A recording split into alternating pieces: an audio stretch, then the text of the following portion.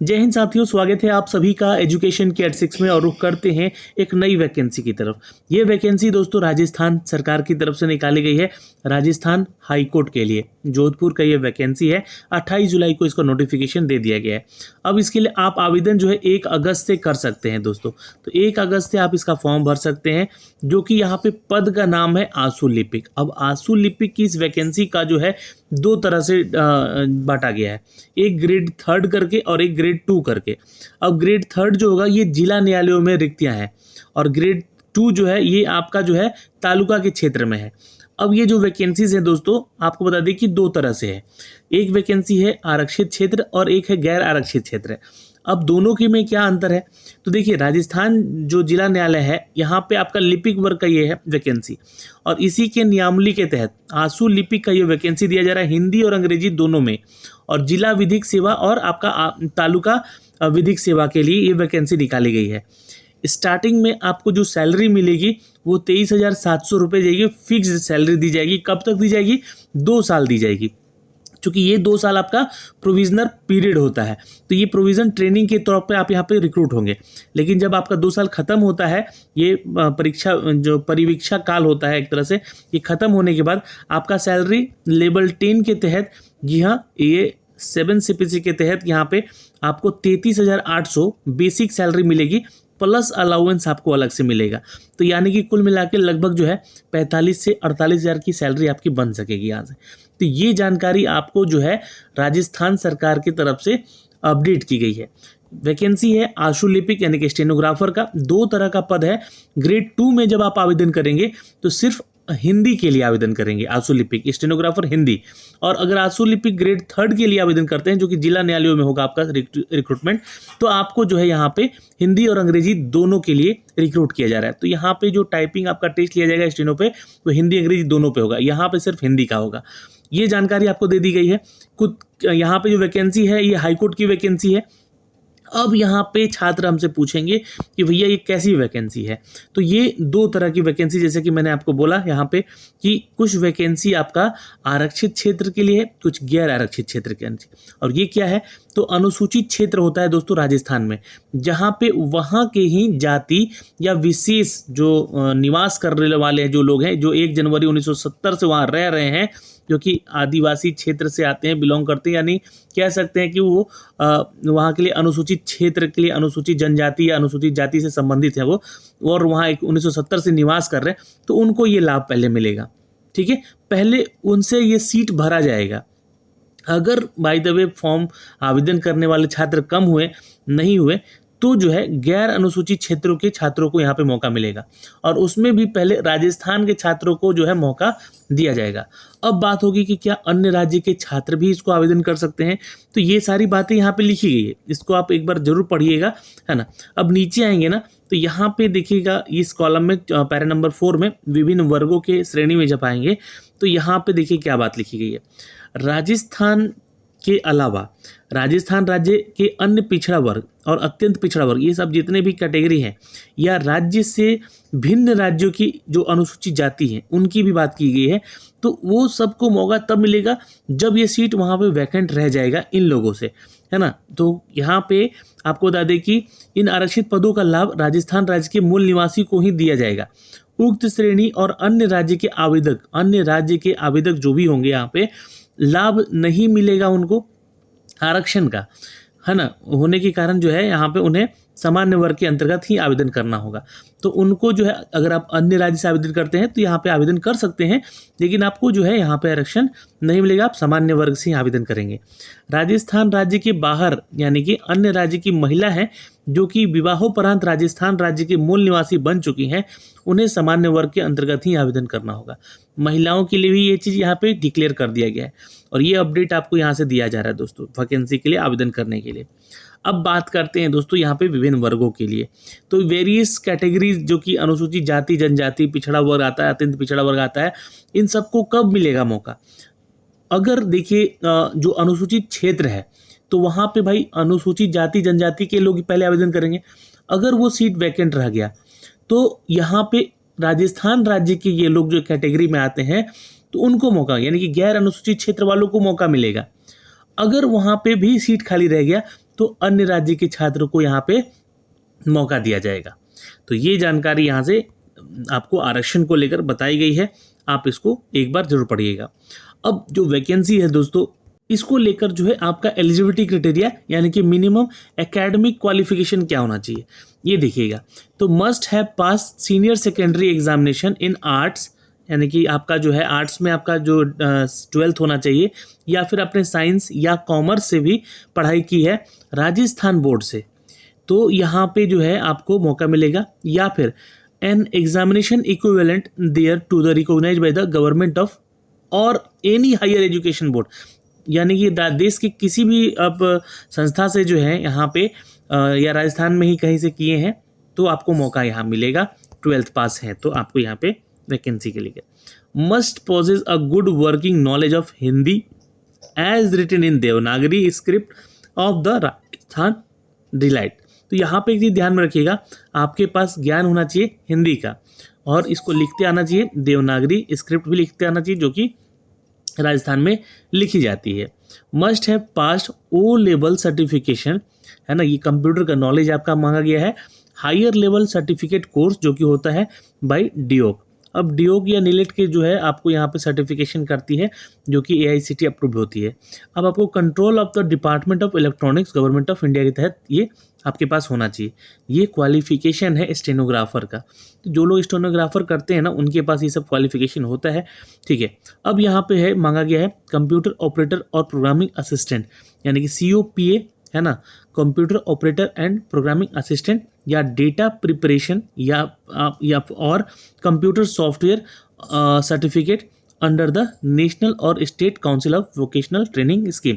ये आपके पास जो है सर्टिफिकेशन होना चाहिए जो कि नेशनल या फिर स्टेट लेवल पे आपने किया हो, कंप्यूटर ऑपरेटर प्रोग्रामिंग असिस्टेंट यानी कोपा या फिर डेटा प्रिपरेशन का, ठीक है, ये ध्यान रखिए। या फिर आपने डिप्लोमा कर रखा है कंप्यूटर साइंस में, कंप्यूटर एप्लीकेशन या में, यानी आपने कि BCA कर रखा है तो भी आप आवेदन कर सकते हैं यहाँ पे, ये ध्यान रखिएगा।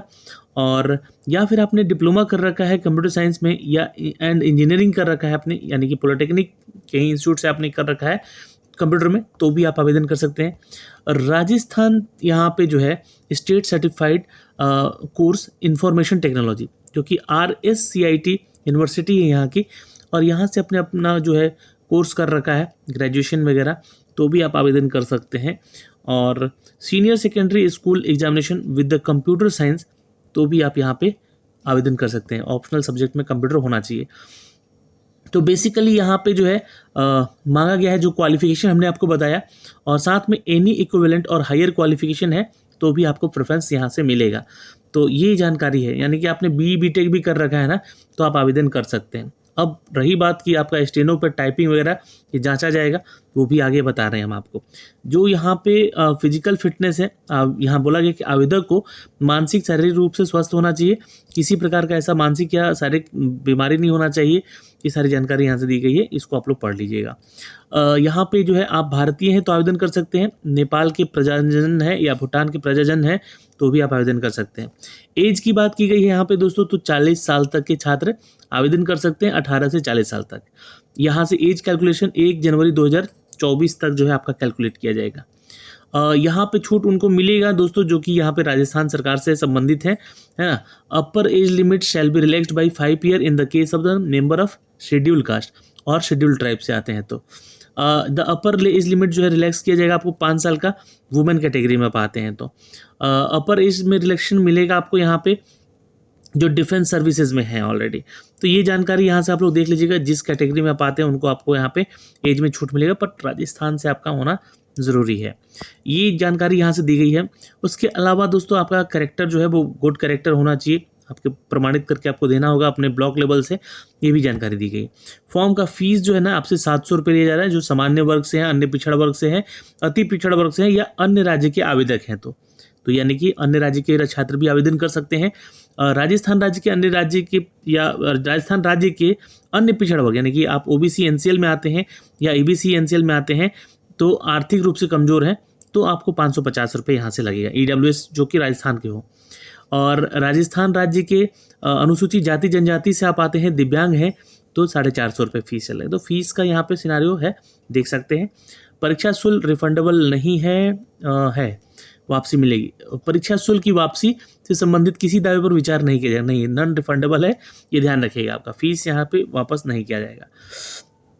अब जो नियुक्ति की प्रक्रिया यानी कि डिस्क्वालिफिकेशन आपका जो है क्या क्या है, किस कारण से आप बाहर हो सकते हैं, ये चीज़ें दी गई है, तो इसको हम लोग अभी स्किप करते हैं यहाँ से। अब एग्ज़ाम का पैटर्न और सिलेबस समझते हैं यहाँ पे। देखिए कम्पिटिटिव एग्जाम है आपका, जो है सीबीटी टेस्ट भी होना है यहाँ पे, शुरुआत में ही बोल दिया गया। स्टेनोग्राफर ग्रेड 3 का वैकेंसी है और ग्रेड 2 का वैकेंसी है। ये 2 अल्टरनेटिव ग्रुप है यहाँ पे, ग्रुप ए और ग्रुप बी। यहाँ पे देखिए ग्रुप ए का जो दिया गया है आपका शॉर्ट हैंड टेस्ट होगा पहले तो अंग्रेजी में, जो कि डिक्टेशन होगा आपका पैसेज वगैरह का 6 मिनट का, 80 वर्ड पर मिनट इसको जांचा जाएगा। 100 नंबर का ये एग्ज़ाम होगा आपका, और इसमें ट्रांसक्रिप्शन और टाइपिंग जो भी जांचा जाएगा, जो कि 50 मिनट का होगा ड्यूरेशन ये, और ये मिला के जो है आपका टोटल 100 नंबर का ये टेस्ट लिया जाएगा। फिर आपका हिंदी में होगा, और ये हिंदी जो होगा डिक्टेशन पैसेज होगा, और आपका transcription of typing detected passage का होगा, हिंदी ऑन कंप्यूटर पे होगा, ठीक है। और ये 6 मिनट का टेस्ट होगा, ये 50 मिनट का टेस्ट होगा। यहाँ पे 70 वर्ड पर मिनट होगा आपका हिंदी के लिए, तो 100 मार्क्स यहाँ से भी आपको मिलेगा। एक है आपका ग्रुप सी, जो कि आपका स्पीड टेस्ट होगा और इफ़िशियंसी टेस्ट होगा, और ये 10 मिनट का होगा, ये भी 10 मिनट का होगा। ये 50 मार्क्स का, ये भी 50 मार्क्स का होगा। मिनिमम मार्क्स आपका SC ST से है या PH कैटेगरी से है तो 20 नंबर आना चाहिए, और आप जो है मिनिमम मार्क्स आपके अदर कैटेगरी से हैं तो 22.5 का मार्क्स आपका आना चाहिए, क्वालिफाइंग मार्क्स है। तो ये कंप्यूटर टेस्ट होगा आपका, ठीक है। ये शॉर्ट हैंड टेस्ट होगा, ये ध्यान रखेंगे आप लोग। उसके बाद आपका एक इंटरव्यू रखा जाएगा, इंटरव्यू में आपको पास होना है यहाँ से। और आशुल्क के लिए जो आपका मतलब शॉर्ट हैंड के लिए जो है यहाँ पे सिलेबस है वो मेंशन किया गया है, यहाँ से आप लोग देख सकते हैं। इसी के आधार पे जो है आपका टेस्ट भी लिया जाएगा, मतलब आपसे जांच करवाया जाएगा। कौन कौन सा आप लोग जो है स्किल है आपके पास, उस स्किल का टेस्ट होगा, जैसे कि लैंग्वेज टेस्ट, स्पीड इफिशियंसी का टेस्ट होगा यहाँ पे। The test shall be same as the language of the shorthand, ये भी आपका शॉर्ट हैंड पे ही होगा। The font of computer test shall be Krutidev 010, और फॉर हिंदी, और कैलिबरी जो होगा वो इंग्लिश के लिए होगा। ये फॉन्ट का नाम है दोस्तों, इस फॉन्ट में आपका टेस्ट होगा कंप्यूटर पे जो भी होगा। और डिस्क्रिप्शन जो टेस्ट होगा, डिस्प्रेशन टेस्ट कहते हैं इसको, तो ये 8000 की डिप्रेशन पर आवर का आपका जांचा जाएगा कंप्यूटर पे ही। एफिशिएंसी टेस्ट भी आपका यहाँ पे जांचा जाएगा, जो कि processing software, word processing software को ऊपर ये जांचा जाएगा, ठीक है। टेस्ट, पैराग्राफ, पेज, टेबल, ये सब के ऊपर जो है आपकी जांच होगी। ओके, ये हो गया। अब मेथड ऑफ आपका जो है इवैल्यूएशन, यानी कि किस तरीके से आपको जो है मूल्यांकन किया जाएगा, नंबर दिया जाएगा, ये जानकारी यहाँ से दी गई है। और एक फार्मूला भी दिया गया है, स्पीड कैसे जांचा जाएगा और मार्क्स कैसे आपको मिलेगा, तो इस फार्मूले के आधार पर जो है आपका चयन किया जाएगा दोस्तों। ओके, यहाँ पे देखिए ये जो बहाली की प्रक्रिया है, इसके लिए आप 1 अगस्त से लेकर 30 अगस्त तक फॉर्म भर सकते हैं। पेमेंट जो है 31 अगस्त तक आप लोग कर सकते हैं, ठीक है। ये जानकारी यहाँ से दी गई है। और इसके लिए फॉर्म को कैसे आवेदन करना है, तो यहाँ से कुछ महत्वपूर्ण निर्देश दिए गए हैं, इसको देख लीजिएगा पहले आप लोग, उसके बाद ही आवेदन कीजिएगा। परीक्षा का स्थान जो है राजस्थान में ही होगा, ये ध्यान में रखिएगा। और आपके जो क्षेत्र हैं उन्हीं क्षेत्रों में ये आपका एग्ज़ाम लिया जाएगा। मंथ एंड डेट एग्जामिनेशन यहाँ पे दिए गए हैं। प्रवेश पत्र जो है आपको ऑनलाइन ही मिलेगा, यूज़र नेम, पासवर्ड और कैप्चा कोड डालकर अपना जो है एडमिट कार्ड डाउनलोड कर सकते हैं, ठीक है। और जो है आपका नॉन ऑब्जेक्ट सर्टिफिकेट है, NOC जो कहलाता है, वो राजस्थान राज्य से संबंधित होना चाहिए। पंचायत समिति, जिला परिषद है ना, इन सभी इकाइयों से बना होना चाहिए। कैंडिडेचर आपका ये प्रूफ होना चाहिए। और कुछ महत्वपूर्ण निर्देश दिए गए हैं, इस निर्देश को पढ़िएगा पहले आप लोग अच्छे से, कि एग्ज़ाम के दौरान क्या क्या गलतियां नहीं करनी है आपको, ये सारा डिटेल दिया गया है यहाँ पे। फिलहाल तो इस वीडियो में इतना ही है। फिर भी कोई आपका डाउट होता है तो इनके दिए गए हेल्पलाइन नंबर पे कॉल कर सकते हैं। वेबसाइट पे विजिट करते रहिए। 1 अगस्त से आपका ये फॉर्म भरा जाएगा, जिसको कि आप लोग फॉर्म भर के आवेदन कर सकते हैं। अब ये वो ज़िले हैं, है ना, इन ज़िलों में जो है आपका वैकेंसी है, यहाँ से हर कैटेगरी वाइज आप लोग जो है चेक कर सकते हैं। इस PDF को मैं अपने टेलीग्राम पे शेयर करूँगा, आप वहाँ से ज़रूर एक बार रीचेक कर लीजिएगा। कोई डाउट है कमेंट सेक्शन में कमेंट करके पूछ लीजिएगा। संपूर्ण जानकारी हमने दे दी है इस वीडियो के माध्यम से। अनुसूचित क्षेत्र और गैर अनुसूचित क्षेत्र के बारे में जो वैकेंसीज निकाली गई हैं, और अन्य राज्य के छात्र भी इसको आवेदन कर सकते हैं। जय हिंद।